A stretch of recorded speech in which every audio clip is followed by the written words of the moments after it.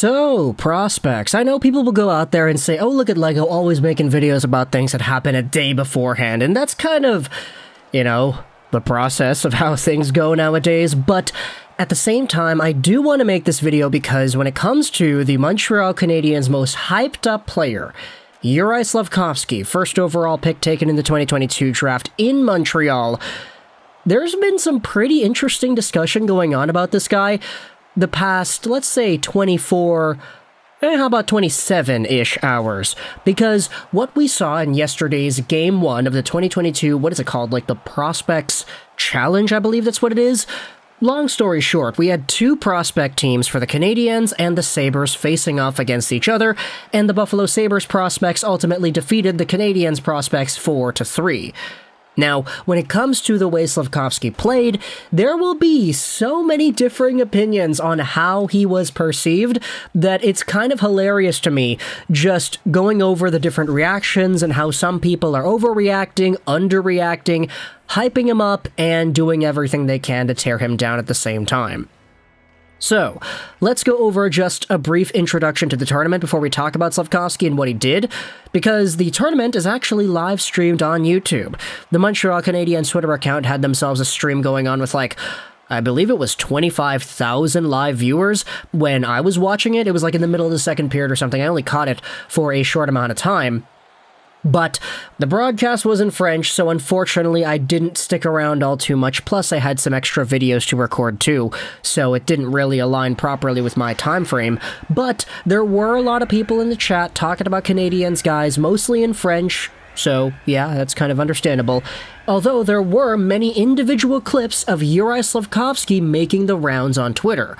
For the most part, what I gathered was that this guy is an absolute brick wall. And there were several plays where SLAFKOVSKY went out there and he tried to break into the zone 1-on-5 only to get shut down.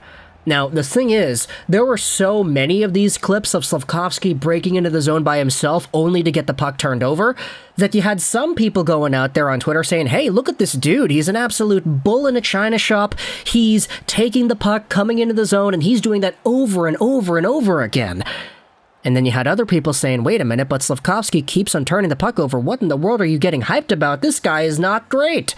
And to be fair, even though a lot of these clips of SLAFKOVSKY breaking into the zone ended up in him turning the puck over, there were still just quite a few highlights of him getting absolutely laid out with the body, but him not falling down and just taking the hit properly and continuing to move forward. There was a clip of him battling it out on the boards and feeding a beautiful pass out in front to one Philip Meshar who came in and he scored. JURAJ SLAFKOVSKY was an absolute tank out there, albeit he did not have the best transition results from the one game that we had seen. In fact, here's an article written by Pat Hickey from last night about the game and how SLAFKOVSKY was not happy with his play in the rookie tournament loss. I was maybe trying too hard, and I made mistakes. Too many turnovers, SLAFKOVSKY says about his own game. But it's the first game, and I have to get ready for another game tomorrow, he added. By the way, that's kind of how things are going in this prospects tournament. The Canadiens guys are going out there and playing yet another game later today, so if you have the time and are available to watch some pre-season prospects hockey, then hey, go out there, check out the Canadiens YouTube channel, it'll probably be there, and you'll be able to see the Slovak freak go out there and don the Canadiens jersey. He also talked about his partnership with fellow Slovak Philip Meshar. We work well together, he said of his on-ice relationship. I know him, and he knows me. Let's go over to the Twitter sphere and take a look at some of the reactions from notable NHL media people. Corey Promnan of The Athletic went out there and said that SLAFKOVSKY was quite impressive tonight. Good start to the camp for the 2022 first overall pick.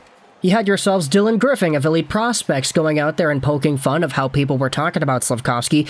It is very funny to me that every clip of SLAFKOVSKY that has entered my timeline has been him turning the puck over with an extremely positive caption.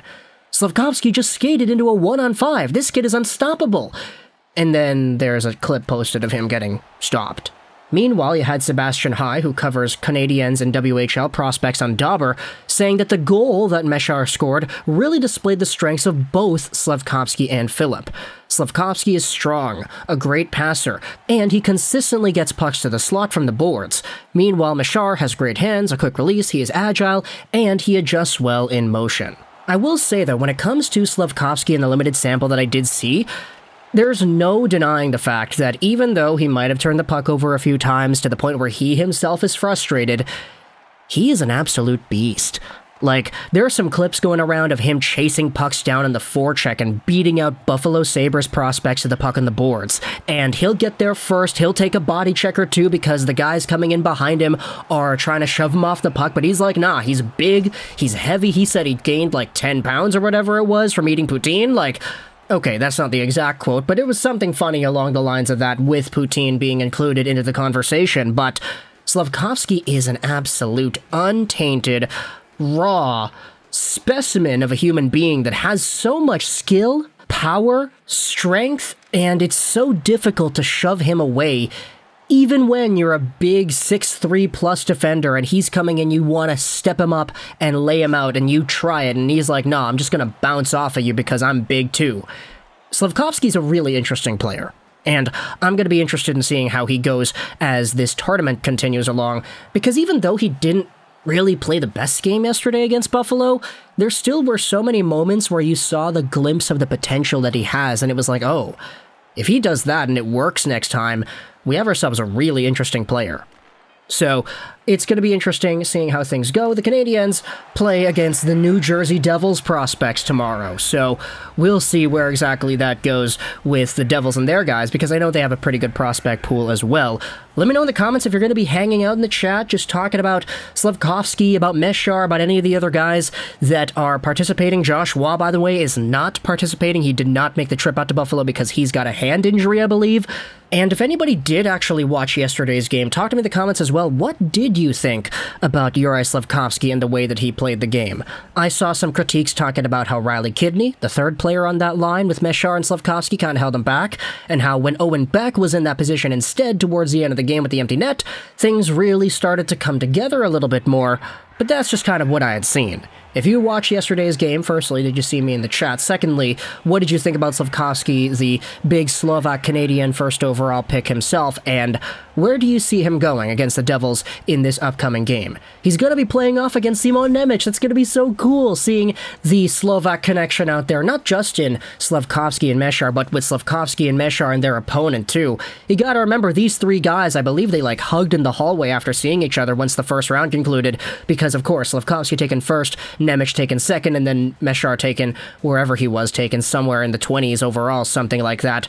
But either way, talk in the comments all your thoughts about the Sabres and the Canadiens game from yesterday, the Canadiens and the Devils game from later today, and all your thoughts about Slafkovsky in between. I hope you enjoyed this JURAJ SLAFKOVSKY'S, and bye.